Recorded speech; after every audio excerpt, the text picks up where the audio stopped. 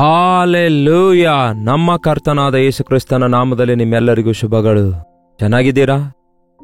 ಎಚ್ಚರಗೊಂಡಿದ್ದೀರಾ? ಕಳೆದ ರಾತ್ರಿ ಪ್ರಶಾಂತವಾಗಿ ನಿದ್ರಿಸಿದ್ದೀರಾ? ಬನ್ನಿರಿ, ಈ ದಿನ ದೇವರ ಕೃಪೆಗೋಸ್ಕರ ಆತನ ವಾಕ್ಯವನ್ನು ಪರಿಶೀಲಿಸಿ ಆತನು ಕೊಡುವ ಬಲವನ್ನು, ಆತನು ಕೊಡುವ ಆದರಣೆಯನ್ನು ಹೊಂದಿಕೊಳ್ಳಲು ಚಿಕ್ಕ ಪ್ರಾರ್ಥನೆಯೊಂದಿಗೆ ವಾಕ್ಯ ಧ್ಯಾನಿಸೋಣ. ಪರಿಶುದ್ಧ ದೇವರೇ, ನಿಮಗೆ ವಂದನೆಗಳು. ಹೋರಾಟಗಳಿಂದ ಕೂಡಿರುವ ಈ ಜೀವಿತದಲ್ಲಿ ದೇವರೇ, ಅನುದಿನವೂ ನಿಮ್ಮ ಸಹಾಯ ಕೋರಿಕೊಳ್ಳುವವರಾಗಿ, ನಿಮ್ಮ ಬಲ ಹೊಂದಿಕೊಂಡು ಜೀವಿಸುವವರನ್ನಾಗಿ ನಮಗೆ ಸಹಾಯ ಮಾಡಿರೆಂದು ಕ್ರಿಸ್ತನ ನಾಮದಲ್ಲಿ ಬೇಡುತ್ತೇನೆ ತಂದೆಯೇ, ಆಮೇನ್. ದೇವರಿಗೆ ಸ್ತೋತ್ರ. ಕೀರ್ತನೆ 143 8ನೇ ವಚನದಿಂದ ಓದುತ್ತಿದ್ದೇನೆ, ಕೇಳಿರಿ. ನಿನ್ನಲ್ಲಿ ಭರವಸವಿಟ್ಟಿದ್ದೇನಲ್ಲ, ಉದಯದಲ್ಲಿ ನಿನ್ನ ಕೃಪೆಯ ವಾರ್ತೆಯನ್ನು ನನಗೆ ಪ್ರಕಟಿಸು. ಏನಂತೆ? ನಿನ್ನಲ್ಲಿ ಭರವಸವಿಟ್ಟಿದ್ದೇನಲ್ಲ, ಉದಯದಲ್ಲಿ ಅಂದರೆ ಹೊತ್ತಾರೆಯಲ್ಲಿ ನಿನ್ನ ಕೃಪೆಯ ವಾರ್ತೆಯನ್ನು ನನಗೆ ಪ್ರಕಟಿಸು. ಒಂದು ಕಾಲದಲ್ಲಿ ಬೆಳಗ್ಗೆ ಎದ್ದ ತಕ್ಷಣವೇ ನ್ಯೂಸ್ ಪೇಪರ್ ಓದಲು ಪ್ರಯತ್ನಿಸ್ತಾ ಇದ್ರು, ಲೋಕದಲ್ಲಿ ಏನು ನಡೆಯುತ್ತಾ ಇದೆ ಎಂದು ತಿಳ್ಕೊಳ್ಳುವುದಕ್ಕಾಗಿ. ಆನಂತರ ಆಲ್ ಇಂಡಿಯಾ ರೇಡಿಯೋದಲ್ಲಿ ವಾರ್ತೆ ಕೇಳಬೇಕೆಂದು ಬಯಸುವಂತವರಾಗಿದ್ರು. ಆನಂತರ ಟಿವಿಯಲ್ಲಿ ಬರುವಂತಹ ವಾರ್ತೆಯನ್ನು ಕೂಡ ವೀಕ್ಷಿಸುವವರಾಗಿದ್ರು. ಆದರೆ ಈಗೇನೋ, ನಿದ್ದೆಯಿಂದ ಎದ್ದ ತಕ್ಷಣವೇ ಕೈಯಿಂದ ಮುಟ್ಟುತ್ತಾ ಸೆಲ್ಫೋನ್ನಲ್ಲಿ ಯಾವ ವಾರ್ತೆ ಇವೆಯೋ ನಮಗೋಸ್ಕರ ಎಂದು ಹುಡುಕುವಂಥವರಾಗಿದ್ದೀರಾ? ಇಲ್ಲವೇ ಪರಿಶುದ್ಧ ಸತ್ಯವೇದ ಕೈಯಲ್ಲಿ ಹಿಡಿದುಕೊಂಡು ಮೊಳಕಾಲು ಊರಿದವರಾಗಿ, ಪ್ರಭುವೇ, ಉದಯದಲ್ಲಿಯೇ ನಿಮ್ಮ ಕೃಪೆಯ ವಾರ್ತೆಯನ್ನು ನನಗೆ ಪ್ರಕಟಿಸಿರಿ, ನಿಮ್ಮ ಚಿತ್ತ ಏನೆಂದು ನನಗೆ ತಿಳಿಯಪಡಿಸಿರಿ, ನಿಮ್ಮ ಉದ್ದೇಶಗಳನ್ನು ನನಗೆ ಬಯಲುಪಡಿಸಿರಿ, ಈ ದಿನದಲ್ಲಿ ನಾನು ಮಾಡಬೇಕಾದ ಕಾರ್ಯಗಳನ್ನು ನಿಮ್ಮ ಕೃಪೆ ನನಗೆ ಅನುಗ್ರಹಿಸಿರಿ, ನಿಮ್ಮ ಸಹಾಯ ನನಗೆ ದಯಪಾಲಿಸೆಂದು ಪ್ರಾರ್ಥಿಸುವಂತಹ ಈ ಭಕ್ತನಂತಿದ್ದೀರಾ? ನಮ್ಮ ಮುಂದೆ ಮತ್ತೊಂದು ದಿನ ಇದೆ ಪ್ರಿಯರೇ. ಇಂದಿನ ದಿನಾಂಕ ಮಧ್ಯರಾತ್ರಿ 12 ಗಂಟೆಗೆಲ್ಲ ಬದಲಾಯ್ತಲ್ಲವೇ? ಸ್ವಲ್ಪ ದಿನ ಕಳೆದು ಹೋದಂತಾಯ್ತು, ಇಲ್ಲವೇ 1/4 ದಿನ ಮುಗಿದೋಯ್ತು. ನಮ್ಮ ಮುಂದೆ ಇನ್ನು ಇರುವಂತಹ ಬೆಳಗ್ಗೆ 6 ಗಂಟೆಯಿಂದ ಸಾಯಂಕಾಲ 6 ಗಂಟೆವರೆಗೂ 12 ಗಂಟೆ ಇಲ್ಲವೇ 15 ಗಂಟೆಗಳು ನಾವು ರಾತ್ರಿ ಮಲಗಲು ಹೋಗುವವರೆಗೂ ಮಾಡಬೇಕಾದ ಕೆಲಸಗಳೇನಾಗಿವೆ? ಎದುರುಗೊಳ್ಳಬೇಕಾದ ಸಮಸ್ಯೆಗಳೇನಾಗಿವೆ? ಅವಶ್ಯಕತೆಗಳೇನಾಗಿವೆ ಎಂದು ಯೋಚಿಸಿ ನಾವು ಬೆಳಗ್ಗೆಯೇ ಸಿದ್ಧರಾಗಬೇಕು. ಉದಯ ಕಾಲದಲ್ಲಿಯೇ ದೇವರ ಮಾತಿನಿಂದ ನಾವು ಬಲಗೊಳ್ಳಬೇಕು, ದೇವರನ್ನು ಬೇಡಿಕೊಳ್ಳಬೇಕು. ಉದಯದಲ್ಲಿಯೇ ನಿನ್ನ ಕೃಪಾವಾರ್ತೆಯನ್ನು ನನಗೆ ಪ್ರಕಟಿಸು, ನಿನ್ನ ಕಡೆಗೆ ನನ್ನ ಮನಸ್ಸನ್ನು ಎತ್ತಿಡಿದಿದ್ದೇನೆ. ಮನಸ್ಸನ್ನು ಹೇಗೆ ಎತ್ತಿಡಿಯುತ್ತೇವೆ ಅನ್ನಬಹುದೇನೋ? ನಾವು ಯಾರಿಗಾದ್ರೂ ನೋಡಬೇಕಾದ್ರೆ ಕಣ್ಣೆತ್ತಿ ನೋಡಬೇಕಲ್ಲವೇ? ಕಣ್ರೆಪ್ಪೆ ಮೇಲೆ ಕೆತ್ತಿದ ಹೊರತು ನೋಡ್ಲಿಕ್ಕಾಗೋದಿಲ್ವಲ್ಲ? ಕೆಳಗಿದ್ರೆ ತಕ್ಷಣವೇ ತಲೆ ಎತ್ತಿ ನೋಡ್ತೇವೆ. ಹಾಗೆಯೇ ನಮ್ಮ ಕರ್ತನ ಚಿತ್ತವನ್ನು ಅರಿತುಕೊಳ್ಳುವುದಕ್ಕಾಗಿ ನಾವು ನಮ್ಮ ಮನಸ್ಸನ್ನು ಎತ್ತಬೇಕು, ನಮ್ಮ ಮನಸ್ಸನ್ನು ಕೇಂದ್ರೀಕರಿಸಬೇಕು. ನಮ್ಮ ಮನಸ್ಸು ದೇವರ ಮನಸ್ಸಿನೊಂದಿಗೆ ಒಂದಾಗಬೇಕು, ನಾವು ಆತನ ಕಡೆಗೆ ನೋಡಬೇಕು. ಅದು ಕೇವಲ ಪ್ರಾರ್ಥನೆಯಲ್ಲಿಯೇ ಸಾಧ್ಯ. ನಾವು ಮೊಳಕಾಲೂರಿ ಪ್ರಾರ್ಥನೆ ಮಾಡುವಾಗ ನಾವು ನಮ್ಮ ಮನಸ್ಸನ್ನು ದೇವರ ಕಡೆಗೆ ತಿರುಗಿಸಿಕೊಳ್ಳುತ್ತೇವೆ. ಒಂದು ವೇಳೆ ನಾವು ನಮ್ಮ ತಲೆಯನ್ನು ಎತ್ತದೇ ಇದ್ದರೆ, ನಮ್ಮ ಮನಸ್ಸು, ನಮ್ಮ ಕಣ್ಣು ಮುಚ್ಚಿಕೊಂಡರೂ ನಮ್ಮ ಮನಸ್ಸು ದೇವರೊಂದಿಗೆ ಮಾತಾಡಿಕೊಳ್ಳುತ್ತದೆ.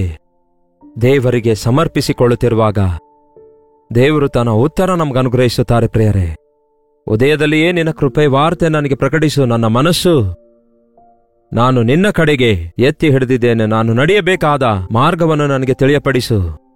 ನಿನ್ನೆ ನಡೆದ ಮಾರ್ಗ ಈ ದಿನವೂ ಕೂಡ ಸರಿ ಹೋಲದೇ ಇರಬಹುದು. ಪ್ರಿಯರೇ, ನಾವು ಪ್ರತಿ ದಿನ ದೇವರ ಚಿತ್ತವನ್ನು, ದೇವರ ನಡೆಸುವಿಕೆಯನ್ನು ಹೊಂದಿಕೊಳ್ಳಬೇಕು. ನನಗೆ ಅನುಭವ ಇದೆಯಲ್ಲವೇ?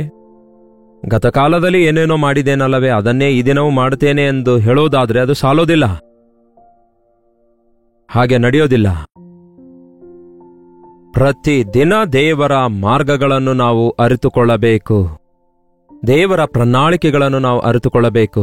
ದಯವಿಟ್ಟು ಅದಕ್ಕೆ ನಿಮ್ಮ ಪ್ರತಿದಿನದ ದಿನಚರಿಗಳನ್ನು ದೇವರೊಂದಿಗೆ ಪ್ರಾರಂಭಿಸಿರಿ.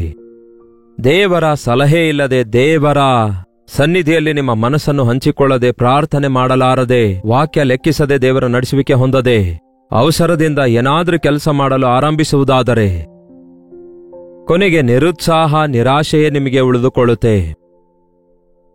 ಒಂದು ಸಾರಿ ಈ ದಿನ ಒಂದು ತೀರ್ಮಾನ ತೆಗೆದುಕೊಳ್ಳಿರಿ. ಇನ್ನು ಮೇಲೆ ದಿನದ ಮೊದಲನೇ ಸಮಯ ನಾನು ದೇವರಿಗಾಗಿ ತೆಗೆದಿಡ್ತೇನೆಂದು. ಈ ದಿನ ದೇವರು ನನಗೋಸ್ಕರ ಹಾಕಿರುವ ಪ್ರಣಾಳಿಕೆ ಅರಿತುಕೊಳ್ಳಲು ಆತನ ಜೊತೆ ಇರುವಿಕೆ ಕೋರಿಕೊಳ್ತೇನೆ. ನಾನು ನಡೆಯಬೇಕಾದ ಮಾರ್ಗವನ್ನು ನನಗೆ ತಿಳಿಯಪಡಿಸು. Let me no. ಮೊದಲು ನಮಗೆ ಗೊತ್ತಾಗಬೇಕು ನಾವೇನ್ ಮಾಡ್ಲಿಕ್ಕಿದ್ದೇವೆ ಎಂಬುದು ನಮಗೆ ಗೊತ್ತಾಗಬೇಕು. ಒಂದೇ ಸಮನೆ ಕೆಲಸ ಮಾಡಲು ಕೈ ಹಾಕ್ತಾರೆ ಕೆಲವರು.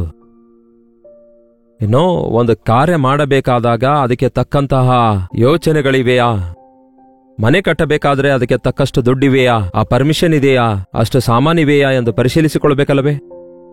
ಏನೋ ಇದ್ದಕ್ಕಿದ್ದಂತೆ ಒಂದು ತೀರ್ಮಾನ ಮಾಡಿಕೊಂಡು ಹೋಗುವಂಥದ್ದಲ್ಲ. ಒಂದು ವಿಧವಾದಂತಹ ಒಂದು ಪ್ರಣಾಳಿಕೆಯನ್ನು, ಒಂದು ಸಿದ್ಧತೆಯನ್ನು ನಾವು ಹೊಂದಿಕೊಂಡಿರ್ಬೇಕು. ಯಾವುದೇ ವಿಷಯದಲ್ಲಾಗಿರಲಿ. ಪರೀಕ್ಷೆ ಬರೆಯಲು ಸಿದ್ಧರಾಗ್ತಾರಲ್ಲವೇ? ಅಡಿಗೆ ಮಾಡಬೇಕಾದ್ರೆ ಸಿದ್ಧರಾಗಬೇಕಲ್ಲವೇ? ಅಡಿಗೆಗೆ ಬೇಕಾದ ದಿನಸಿಗಳು ಇವೆಯೋ ಇಲ್ಲವೋ ಎಂದು, ಕಾಯಿಪಲ್ಯ ವೆಜಿಟೇಬಲ್ಸ್ ಇವೆಯೋ ಇಲ್ಲವೋ ಎಂದು, ಯಾವ ಕಾಯಿಪಲ್ಯ ಮಾಡ್ಲಿಕ್ಕಿದ್ದೇವೆಂದು ಒಂದು ತೀರ್ಮಾನ ತೆಗೆದುಕೊಳ್ಬೇಕಲ್ಲವೇ? ಹಾಗೇ ನಮ್ಮ ಬದುಕು ಪ್ರಾಮುಖ್ಯವಾಗಿ ನಮ್ಮ ಆತ್ಮಿಕ ಜೀವಿತ ಆಗಿರಬೇಕು. ಅನಾಲೋಚಿತವಾಗಿ ನಮ್ಮ ಪ್ರಾರ್ಥನೆಗಳಿವೆ. ಏನೋ ಭಕ್ತಿ ಅಂದುಕೊಂಡು ಮುಂದಕ್ಕೆ ಸಾಗ್ತಾ ಇದ್ದೇವೇನೋ, ಆದರೆ ದೇವರ ಚಿತ್ತ ಮಾಡುತ್ತಾ ನಮ್ಮ ಮುಂದೆ ಸಾಗುವಾಗ ನಮ್ಮ ಜೀವಿತ ಧನ್ಯವಾಗುತ್ತೆ ಪ್ರೇರೆ. ಕೆಲವೊಂದು ಭಕ್ತರ ಜೀವನ ಚರಿತ್ರೆ ಓದುತ್ತಾ ಇರುವಾಗ ಅವರು ಜೀವಿಸಿದ ಕಾಲದಲ್ಲಿ ಅವರು ಸಾಧಿಸಿರುವವುಗಳನ್ನು ಗಮನಿಸುವಾಗ, ಡೇವಿಡ್ ಬ್ರೇನಾರ್ಡ್ ಎಂಬ ಒಬ್ಬ ಮಿಷನರಿ ಬಹಳ ಕಡಿಮೆ ಸಮಯ, ಅಂದರೆ 4 to 5 years ಮಿನಿಸ್ಟ್ರಿ ಮಾಡಿದ ಅಷ್ಟೇ. ಆದರೆ 60-70 ವರ್ಷಗಳವರೆಗೂ ಸೇವೆ ಮಾಡಿದವರಿಗಿಂತಲೂ ಹೆಚ್ಚಾಗಿ ಕೆಲಸವನ್ನು ಜಸ್ಟ್ 4 to 5 years ಅಲ್ಲಿ ಮುಗಿಸಿದ್ದಾರೆ ಎನ್ನುವುದಾದರೆ ಎಷ್ಟು ಆತನು ತನ್ನ ಕೆಲಸದಲ್ಲಿ ಸಫಲತೆ ಕಂಡಿರಬಹುದು, ಎಷ್ಟು ಸಾಧನೆ ಮಾಡಿರಬಹುದು ನೋಡಿ. ರೆಡ್ ಇಂಡಿಯನ್ಸ್ ಮಧ್ಯದಲ್ಲಿ ಎಷ್ಟೋ ದೊಡ್ಡ ಸೇವೆ ಮಾಡಿದ್ರು. ಪ್ರಾರ್ಥನೆಯಿಂದಲೇ ಅದು ಸಾಧ್ಯವಾಯಿತು. ಈ ದಿನ ಈ ಶುಭ ಗಳಿಗೆಯಲ್ಲಿ ಒಂದು ಸಮಯವನ್ನು ತೆಗೆದುಕೊಂಡು ಕರ್ತನ ಸನ್ನಿಧಿಯಲ್ಲಿ ದಯವಿಟ್ಟು ಪ್ರಾರ್ಥನೆ ಮಾಡುವವರಾಗಿರಿ. ಪ್ರಾರ್ಥನೆಯಲ್ಲಿ ದೇವರು ತನ್ನ ಪ್ರಣಾಳಿಕೆಯನ್ನು ನಮಗೆ ಬಯಲುಪಡಿಸುತ್ತಾರೆ. ಆಯಾ ದಿನಕ್ಕೆ ನಮಗೆ ಬೇಕಾದ ತನ್ನ ಚಿತ್ತವನ್ನು ದೇವರು ನಮಗೆ ಬಯಲ್ಪಡಿಸುತ್ತಾರೆ. ಯಾಕೆಂದ್ರೆ ಎಲ್ಲವನ್ನೂ ಮುಂಚಿತವಾಗಿ ಆತನು ಹೇಳೋದಿಲ್ಲ. ಅಬ್ರಹಾಮನಿಗೆ ವಿಧಿಯನಾಗು ಅಂದಾಗ, ಬಾ ಎಂದು ಕರೆದಾಗ ಎಲ್ಲಿಗೆ ಹೋಗ್ತಾ ಇದ್ದಾನೆಂದು ಗೊತ್ತಿಲ್ಲ. ಒಂದೊಂದು ಸ್ಥಳದಲ್ಲಿ ನಿಂತು ಮತ್ತೆ ದೇವರ ಚಿತ್ತ ತಿಳಿದುಕೊಂಡು ಮುಂದೆ ಸಾಗುತ್ತಾ ಇದ್ದ. ತನ್ನ ಪ್ರಯಾಣ ಮುಂದುವರಿಸಿದ. ಹಾಗೆಯೇ ನಮ್ಮ ಜೀವಿತದಲ್ಲಿ ನಮಗೆ ಆಲೋಚನೆ ಹೇಳುವಂತಹ ಕರ್ತನಿದ್ದಾರೆ. ನಾವು ಸಿದ್ಧಗೊಳ್ಳುವುದಾದರೆ, ದೇವರೊಂದಿಗೆ ಕನೆಕ್ಟ್ ಆಗುವುದಾದರೆ, ನಾವೇನೋ ಒಂದು ದೊಡ್ಡ ಇಶ್ಯೂ ಎಂದು ಭಾವಿಸದೆ, ದೇವರ ಚಿತ್ತ ತಿಳಿದುಕೊಳ್ಳುವುದಕ್ಕೆ ಒಂದು ರೀತಿ ನಾಚಿಕೆ ಪಡದೆ ಇರುವುದಾದರೆ, ನಮ್ಮ ನಡತೆಯನ್ನು, ನಮ್ಮ ಮಾರ್ಗಗಳನ್ನು ದೇವರು ಸರಾಗ ಮಾಡುತ್ತಾರೆ. ಯೆಹೋವನೇ, ನಿನ್ನನ್ನೇ ಮೊರೆ ಹೊಕ್ಕಿದ್ದೇನೆ, ಶತ್ರುಗಳಿಂದ ನನ್ನನ್ನು ಬಿಡಿಸು. ದೇವರೇ, ನಾನು ಅಡಗಿಕೊಳ್ಳಬೇಕು. ನಿಜವೇ, ನಾವು ಕೆಲವರನ್ನು ಅವಾಯ್ಡ್ ಮಾಡ್ತೇವೆ. ಅಯ್ಯೋ, ಅವರನ್ನು ನಾವು ಎದುರಿಸ್ಲಿಕ್ಕಾಗಲ್ಲ, ಅಲ್ಲಿಗೆ ಹೋದ್ರೆ ಇವರನ್ನು ನಾವು ಎದುರಿಸ್ಲಿಕ್ಕಾಗಲ್ಲ, ಫೇಸ್ ಮಾಡ್ಲಿಕ್ಕಾಗಲ್ಲ, ಇಂಥ ಸಿಚುವೇಶನ್ ಎದುರಿಸ್ಲಿಕ್ಕಾಗಲ್ಲ ಎಂಬ ಕೆಲವೊಂದು ಪರಿಸ್ಥಿತಿ ಎಲ್ಲರ ಜೀವಿತದಲ್ಲಿ ಇರ್ತವೆ. ಹೇಗೆ ಈ ದಿನ ಈ ಸಮಸ್ಯೆ ಎದುರಿಸಬೇಕು? ಈ ದುಡ್ಡು ಕಟ್ಟಬೇಕಲ್ಲವೇ? ಈ ಬಿಲ್ ಕಟ್ಟಬೇಕಲ್ಲವೇ? ಈ ಕೋಪಿಷ್ಟನೊಂದಿಗೆ ನಾನು ಇಂಟರಾಕ್ಟ್ ಮಾಡಬೇಕು, ಅದು ಹೇಗಾಗುತ್ತೆ ಅನ್ನುತ್ತೇವಲ್ಲವೇ? ದೇವರೇ, ನೀನೇ ನನಗೆ ಸಹಾಯ ಮಾಡು. ನನ್ನ ಶತ್ರುಗಳ ಕೈಯಿಂದ ನನ್ನನ್ನು ಬಿಡಿಸು. ನನಗೆ ಜ್ಞಾನ ದಯಪಾಲಿಸು. ಅನವಶ್ಯಕವಾಗಿ ನಾನು ನನ್ನ ಬಾಯಿಯಿಂದ ತಪ್ಪು ಮಾಡದಂತೆ, ನನ್ನ ಮನಸ್ಸಲ್ಲಿ ದ್ವೇಷಕ್ಕೆ ಅವಕಾಶ ಕೊಡದಂತೆ ನಿನ್ನ ನಡೆಸುವಿಕೆ ನನಗೆ ದಯಪಾಲಿಸಿ ಎಂದು ಮಾಡುವ ಪ್ರಾರ್ಥನೆ ಎಷ್ಟೋ ಮುಖ್ಯವಾಗಿದೆ. 10ನೇ ವಚನ, ನಿನ್ನ ಚಿತ್ತದಂತೆ ನಡೆದುಕೊಳ್ಳುವುದನ್ನು ನನಗೆ ಕಲಿಸು. ನನ್ನ ದೇವರು ನೀನಲ್ಲವೋ? ಕಲಿಸು ದೇವರೇ ಎಂದು ನಾವು ಹೇಳಬೇಕು. ನೋಡಿ, ಭಕ್ತಿ ಎನ್ನುವಂಥದ್ದು ಆಕಾಶದಿಂದ ದೊಡಮ್ಮನೆ ದೇವರು ಸುರಿಯ ಮಾಡ್ತಾರೆ ಅಂದುಕೊಳ್ತಾರೆ ಕೆಲವರು. ದೇವರು ನಿಮ್ಮನ್ನು ಪ್ರೀತಿಪೂರ್ಣರನ್ನಾಗಿ ಮಾಡಬೇಕಾದರೆ ಆಕಾಶದಿಂದ ಪ್ರೀತಿಯನ್ನು ಸುರಿಸೋದಿಲ್ಲ. ಪ್ರೀತಿಯನ್ನು ನೀವು ತೋರ್ಪಡಿಸುವ ಹಾಗೆ ನಿಮ್ಮ ಸುತ್ತಲಿರುವ ಪರಿಸ್ಥಿತಿಯನ್ನು ಮಾರ್ಪಡಿಸ್ತಾರೆ. ನಿಮ್ಮನ್ನು ದ್ವೇಷಿಸುವಂಥವರು, ನಿಮ್ಮ ಮೇಲೆ ಅಸೂಯೆ ಪಡುವಂಥವರು, ನಿಮಗೆ ಕೋಪ ಹುಟ್ಟಿಸುವಂಥವರು, ನಿಮಗೆ ಬಾಧೆ ಪಡಿಸುವಂಥವರು ಇರುವಾಗ ಅವರನ್ನು ಕ್ಷಮಿಸಿ ಅವರನ್ನು ಪ್ರೀತಿಸುವಾಗಲೇ ಆ ಪ್ರೀತಿ ಅಂತರಂಗದಿಂದ ಹುಟ್ಟುವಂಥದ್ದಾಗಿರುತ್ತೆ. ನಿಮಗೆ ನಂಬಿಕೆಯನ್ನು ಕಲಿಸಬೇಕಾದಾಗ ಕೊರತೆಗಳು, ಕಷ್ಟಗಳು, ಹೋರಾಟಗಳು, ಅಯೋಮಯ ಪರಿಸ್ಥಿತಿ ಇರುವಾಗ ತಾನೇ ನಮ್ಮ ನಂಬಿಕೆ ಬೆಳೆಯುವುದು. ಎಲ್ಲ ಅನುಕೂಲವಾಗಿರುವಾಗ ಹೇಗೆ ನಂಬಿಕೆ ಬೆಳೆಯುತ್ತೆ? ಎಲ್ಲರೂ ನಿಮ್ಮನ್ನು ಪ್ರೀತಿಸುವಾಗ ಹೇಗೆ ನಿಮ್ಮಲ್ಲಿ ಪ್ರೀತಿ ಹೆಚ್ಚಾಗುತ್ತೆ? ಅದಕ್ಕಾಗಿಯೇ ಕೆಲವೊಂದು ಸಾರಿ ದೇವರು ತನ್ನ ಗುಣಗಾನಗಳನ್ನು ನಮಗೆ ಕಲಿಸುವುದಕ್ಕಾಗಿ ತನ್ನ ಹೆಜ್ಜೆಯ ಜಾಡಿಯಲ್ಲಿ ನಡೆಸುತ್ತಾರೆ. ಹೇಳಬೇಕು, ದೇವರೇ ಈ ದಿನ ಕಲಿಸಿಕೊಡಿರಿ ಎಂದು. ನಿಮ್ಮ ಪ್ರೀತಿಯುಳ್ಳವರಾಗಿರುವಂತೆ ಕಲಿಸಿಕೊಡಿರಿ, ನಿಮ್ಮ ಬಲ ಹೊಂದಿಕೊಂಡಿರುವಂತೆ ಕಲಿಸಿಕೊಡಿರಿ, ನಿಮ್ಮ ಚಿತ್ತಾನುಸಾರವಾಗಿ ನಡೆದುಕೊಳ್ಳುವುದಕ್ಕಾಗಿ ನನಗೆ ಕಲಿಸಿಕೊಡಿರಿ. ಶುಭಕಾರಿಯಾಗಿರುವ ನಿನ್ನ ಆತ್ಮನು ನನ್ನನ್ನು ಮಟ್ಟ ನೆಲದಲ್ಲಿ ನಡೆಸಲಿ. ಅಂದರೆ ದಯೆಯುಳ್ಳ ನಿನ್ನ ಆತ್ಮ ಸಮಭೂಮಿಯುಳ್ಳ ಪ್ರದೇಶದಲ್ಲಿ ನನ್ನನ್ನು ನಡೆಸಲಿ. ನೋಡಿ, ನಮ್ಮ ನಡತೆ, ನಮ್ಮ ಪ್ರವರ್ತನೆಯಲ್ಲಿ ಕೆಲವೊಂದು ಹೋರಾಟಗಳಿರುವಾಗ ಮುಳ್ಳಿನ ಮೇಲೆ ನಡೆದಂತಿರುತ್ತೆ. ನೋಡಿ, ಕಲ್ಲುಗಳಲ್ಲಿ ನಡೆಯುವಂಥವರ ಪರಿಸ್ಥಿತಿ ಹೇಗಿರುತ್ತೆ ಯೋಚಿಸಿ. ಕಾಲು ಜಾರುವ ಪರಿಸ್ಥಿತಿಯಲ್ಲಿ ನಡೆದ್ರೆ ಹೇಗಿರುತ್ತೆ ಒಮ್ಮೆ ಯೋಚಿಸಿ. ಕೆಲವೊಂದು ಸಾರಿ ಕೆಲವೊಂದು ಪರಿಸ್ಥಿತಿಗಳನ್ನು ನಾವು ಎದುರಿಸುತ್ತಿರುವಾಗ ಅಪಾಯಗಳು, ರೋಡಿನ ಅಪಘಾತಗಳು, ಎಷ್ಟೋ ವಿಧವಾದಂತಹ ಆ ಪ್ರಕೃತಿ ವಿಕೋಪಗಳನ್ನು ನೋಡ್ತಿದ್ದೇವೆ. ದೇವರೇ, ನನ್ನನ್ನು ಸುರಕ್ಷಿತವಾದಂತಹ ಸ್ಥಳಕ್ಕೆ ನಡೆಸಿರಿ, ಸಮಾಧಾನದ ಸ್ಥಳಕ್ಕೆ ನನ್ನನ್ನು ನಡೆಸಿರಿ, ಕ್ಷೇಮಕರವಾದ ಸ್ಥಳಕ್ಕೆ ನಡೆಸಿ ನಿಮಗೋಸ್ಕರ ನಿಲ್ಲಿಸಿರಿ ಎಂದು.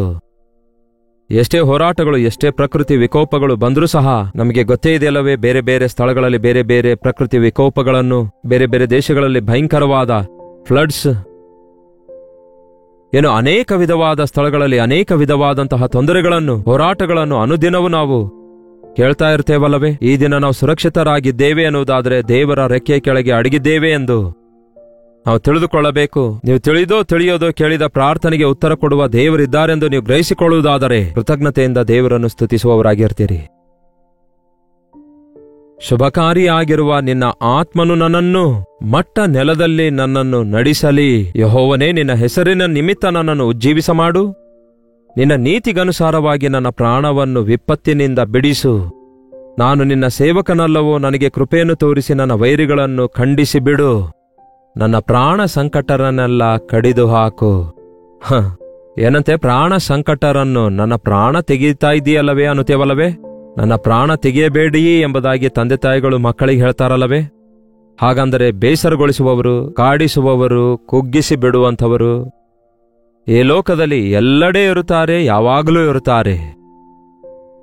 ಅಂಥ ಪರಿಸ್ಥಿತಿಯನ್ನು ಎದುರುಗೊಳ್ಳುವುದಕ್ಕಾಗಿ ದೇವರ ಸಹಾಯ ನಮಗೆ ಬೇಕು. ಆ ಒಂದು ತಾಳ್ಮೆ, ಆ ಸಹನೆ, ಆ ದಯೆ, ಆ ಪ್ರೀತಿ, ಆ ಒಂದು ನಂಬಿಕೆ, ಆ ಒಂದು ಕ್ಷಮಿಸುವ ಮನಸ್ಸು, ಪ್ರೀತಿ, ಅಮೂಲ್ಯವಾದಂತಹ ಈ ಒಂದು ಗುಣಲಕ್ಷಣಗಳನ್ನು ನಾವು ಅಂಗಡಿಯಲ್ಲಿ ಕೊಂಡುಕೊಳ್ಳಲಿಕ್ಕಾಗಲ್ಲ, ಆಪ್ನಲ್ಲಿ ಡೌನ್ಲೋಡ್ ಮಾಡಿಕೊಳ್ಳಲಿಕ್ಕಾಗೋದಿಲ್ಲ. ಇದನ್ನು ಯೇಸುವಿನ ಹೃದಯದೊಳಗಿಂದ ನಾವು ಡೌನ್ಲೋಡ್ ಮಾಡಿಕೊಳ್ಳಬೇಕು. ಯೇಸುವಿನ ಸನ್ನಿಧಿಯಲ್ಲಿ ಅವುಗಳನ್ನು ನಾವು ಶೇಖರಿಸಿಕೊಳ್ಳಬೇಕು.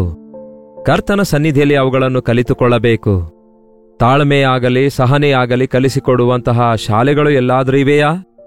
ಫಿಸಿಕಲ್ ಫಿಟ್ನೆಸ್ ಸೆಂಟರ್ಸ್ಗಳಿರುತ್ತವೆ ಹೊರತು ಸ್ಪಿರಿಚುವಲ್ ಫಿಟ್ನೆಸ್ ಸೆಂಟರ್ಸ್ಗಳು ಎಲ್ಲಿವೆ ಹೇಳಿ? ಯೇಸುವಿನ ಪಾದಗಳ ಬಳಿಯಲ್ಲಿ ನಾವು ಫಿಟ್ ಆಗಿ, ದೇವರಿಗೆ ಇಷ್ಟಕರವಾಗಿ, ಅನವಶ್ಯಕವಾದ ಎಕ್ಸ್ಟ್ರಾ ತೋರುವಿಕೆ ನಾವು ಮಾಡದೆ, ಸೈತಾನನಿಗೆ ಅವಕಾಶ ಕೊಡದೆ, ಬಹಳ ರಫಾದ ಸ್ಥಳದಲ್ಲಿ ನಡೆಯಬೇಕಾದಾಗ, ಮುಳ್ಳು ಗಿಡಗಳಲ್ಲಿ ನಡೆಯಬೇಕಾದಾಗ, ಜಾರುವಂತಹ ಸ್ಥಳದಲ್ಲಿ ಇರಬೇಕಾದಾಗ, ಕಳೆಗಳು ಮುಳ್ಳುಗಳು ಇರುವಂತಹ ಸ್ಥಳದಲ್ಲಿ ಇರಬೇಕಾದಾಗ, ಯೇಸುವನ್ನು ಹೊಂದಿದಂಥವರು ಲಿಲ್ಲಿ ಹೂವಿನಂತೆ ತಮ್ಮ ಪರಿಶುದ್ಧತೆಯನ್ನು ಕಾಪಾಡಿಕೊಳ್ಳುತ್ತಾರೆ, ತಮ್ಮ ಹೃದಯ ಶುದ್ಧಿಯನ್ನು ಕಾಪಾಡಿಕೊಳ್ತಾರೆ. ಈ ಗೊಂದಲಕರವಾದ ಲೋಕದಲ್ಲಿ, ಈ ಪಾಪ ಭೂಯಿಷ್ಠಕರವಾದ ಲೋಕದಲ್ಲಿ, ಈ ಅಂತ್ಯಕಾಲದಲ್ಲಿ ನೀವು ಯೇಸುವನ್ನು ಅರಿತವರಾಗಿದ್ದರೆ ಲೋಕ ಮಾಲಿನ್ಯ ನಿಮಗೆ ಅಂಟಿಕೊಳ್ಳದಂತೆ ಹೃದಯ ಶುದ್ಧಿ ಕಾಪಾಡಿಕೊಳ್ಳಬೇಕಾದರೆ ದೇವರೊಂದಿಗೆ ಸಹವಾಸ ಮಾಡಬೇಕು. ಆತನ ವಾಕ್ಯದ ನಡೆಸುವಿಕೆಯನ್ನು ಹೊಂದಿ ಸೈತಾನನನ್ನು ಎದುರಿಸುವುದಕ್ಕಾಗಿ ದೈವ ಶಕ್ತಿಯನ್ನು ಹೊಂದಿಕೊಂಡು ದೇವರಿಗೆ ಇಷ್ಟಕರವಾಗಿ ನಡೆದುಕೊಳ್ಳುವುದನ್ನು ಕಲಿಯಬೇಕು. ಪ್ರಿಯರೇ, ಲರ್ನಿಂಗ್, ಕಲಿತುಕೊಳ್ಳುವಂಥದ್ದು ಒಂದೇ ದಿನದಲ್ಲಿ ಒಂದೇ ಸಾರಿಯಾಗಿ ಕಲಿತುಕೊಳ್ಳಲಾಗುವುದಿಲ್ವಲ್ಲ. ಟ್ರೈನಿಂಗ್ಸ್ ಅನ್ನುವುದು ಕೆಲವೊಂದು ಮಂತ್ಸ್, ಕೆಲವೊಂದು ಇಯರ್ಸ್ ಇರುತ್ತೆ. ಆದರೆ ಸ್ಪಿರಿಚುವಲ್ ಟ್ರೈನಿಂಗ್ ಎನ್ನುವುದು ನಾವು ಬದುಕಿರುವವರೆಗೂ ಕಲಿತುಕೊಳ್ಳುತ್ತಿರುವಾಗಲೇ ನಾವು ಆ ಪರಲೋಕಕ್ಕೆ ಫಿಟ್ ಆಗುತ್ತೇವೆ. ಅದಕ್ಕೆ ಅನುದಿನದ ಧ್ಯಾನ ನಿಮ್ಮೆಲ್ಲರಿಗೆ ತಲುಪಿಸುತ್ತಿದ್ದೇವೆ. ಬನ್ನಿರಿ, ವಾಕ್ಯವನ್ನು ಧ್ಯಾನಿಸಿರಿ, ನಿಮ್ಮ ಹೃದಯ ದೇವರ ಮುಂದೆ ಹೊಯ್ದುಕೊಳ್ಳಿರಿ. ಕರ್ತನಿಗೆ ಇಷ್ಟಕರವಾಗಿಯೂ ಆತನ ಪ್ರಣಾಳಿಕೆ ಮೇರೆಗೆ ಆತನ ಸಾಕ್ಷಿಗಳಾಗಿ ಬದುಕುವ ಹಾಗೆ ಆತನ ಕೃಪೆಗೋಸ್ಕರ ಬೇಡಿಕೊಳ್ಳೋಣ. ಬನ್ನಿ ಪ್ರಾರ್ಥನೆ. ಪರಿಶುದ್ಧ ದೇವರೇ, ಪ್ರೀತಿಯುಳ್ಳ ತಂದೆಯೇ, ಈ ಸಮಯದಲ್ಲಿ ಯಾರ್ಯಾರು ಯಾವ್ಯಾವ ಸ್ಥಳದಿಂದ ಈ ವಾಕ್ಯವನ್ನು ಕೇಳಿ ಈ ಪ್ರಾರ್ಥನೆಯಲ್ಲಿ ಐಕ್ಯವಾಗಿದ್ದಾರೋ ಅಂತಹ ಪ್ರತಿಯೊಬ್ಬರನ್ನು ದರ್ಶಿಸಿರಿ. ನಿಮ್ಮ ಕೃಪೆಯಲ್ಲಿ ನಮ್ಮನ್ನು ಭದ್ರಪಡಿಸಿ ಎಷ್ಟೊಂದು ವಿಧಾನದಲ್ಲಿ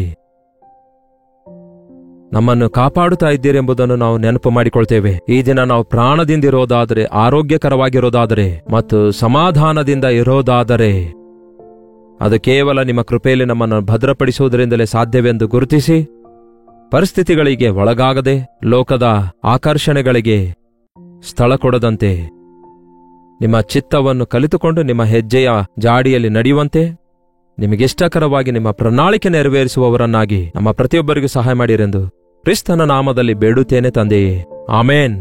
ತಂದೆಯಾದ ದೇವರ ಪ್ರೀತಿಯು, ಮಗನಾಗಿರುವ ಕ್ರಿಸ್ತನ ಕೃಪೆಯು, ಆದರಣೆ ಕರ್ತನಾದ ಪರಿಶುದ್ಧಾತ್ಮನ ಸಹವಾಸವು ಕೂಡಿ ಬಂದಿರುವ ನಮ್ಮೆಲ್ಲರ ಸಂಗಡ ಇಂದಿಗೂ ಸದಾಕಾಲಕ್ಕೂ ನೆಲೆಯಾಗಿರಲಿ. ಆಮೇನ್, ಆಮೇನ್, ಆಮೇನ್. ದೇವರಿಗೆ ಸ್ತೋತ್ರ. ನಿಮ್ಮ ಪ್ರಾರ್ಥನಾ ಮನವಿಗಳನ್ನು ಮೇಲಿಂದ ಮೇಲೆ 8939731313 ನಂಬರ್ಗೆ ಒಂದು ಟೆಕ್ಸ್ಟ್ ಇಲ್ಲವೇ ವಾಯ್ಸ್ ಮೆಸೇಜ್ ಮೂಲಕ ವಾಟ್ಸಪ್ ಕಳಿಸಿರಿ. ನಿಮಗೋಸ್ಕರ ನಾವು ಪ್ರಾರ್ಥಿಸ್ತಿದ್ದೇವೆ. ನೀವೆಲ್ಲಾ ರೀತಿಯಲ್ಲಿ ಅಭಿವೃದ್ಧಿಯಾಗಬೇಕೆಂದು, ನೀವು ದೇವರ ಚಿತ್ತದಲ್ಲಿ ಆತನ ಸಾಕ್ಷಿಗಳಾಗಿ ಮುಂದೆ ಸಾಗಬೇಕೆಂದು ನಿಮಗೋಸ್ಕರ ಪ್ರಾರ್ಥಿಸ್ತಿದ್ದೇವೆ. ಇದುವರೆಗೂ ನೀವು ಡಾಕ್ಟರ್ ಜಯಪಾಲ್ ಕನ್ನಡ ಯೂಟ್ಯೂಬ್ ಚಾನಲ್ಗೆ ಸಬ್ಸ್ಕ್ರೈಬ್ ಆಗದಿದ್ದರೆ ದಯವಿಟ್ಟು ಸಬ್ಸ್ಕ್ರೈಬ್ ಮಾಡಿಕೊಂಡು ಲೈಕ್ ಮತ್ತು ಶೇರ್ ಮಾಡಿ. ಮಾತ್ರವಲ್ಲ, ಇತರರಿಗೂ ಕೂಡ ಅದನ್ನು ಶೇರ್ ಮಾಡಿ. ಪ್ರತಿದಿನ ಬೆಳಗ್ಗೆ 7 ಗಂಟೆಗೆ ಪ್ರಸಾರ ಮಾಡಲಾಗುವ ಈ ಅನುದಿನದ ಧ್ಯಾನದ ಬಗ್ಗೆ ಎಲ್ಲರಿಗೂ ಹಂಚಿಕೊಳ್ಳಿರಿ. ಕರ್ತನ ಚಿತ್ತವಿರುವುದಾದರೆ ಮತ್ತೆ ನಾಳೆ ಭೇಟಿಯಾಗೋಣ. ಅಲ್ಲಿವರೆಗೂ ದೇವರ ಮಹಾಕೃಪೆ ನಿಮ್ಮೆಲ್ಲರೊಂದಿಗಿರಲಿ.